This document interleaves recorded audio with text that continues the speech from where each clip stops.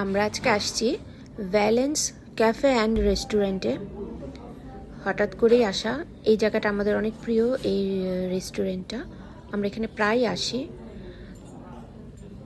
ভালো লাগে। এখানকার খাবারও ভালো এবং পরিবেশটা খুব ভালো, এবং এত সুন্দর করে ওরা ডেকোরেশন করে রাখে, খুবই ভালো লাগে।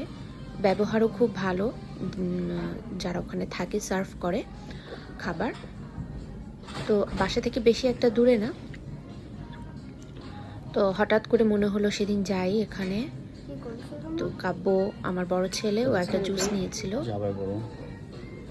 আর আমরা কিছু পিৎজা, ফ্রেঞ্চ ফ্রাইস এগুলো নিয়েছিলাম।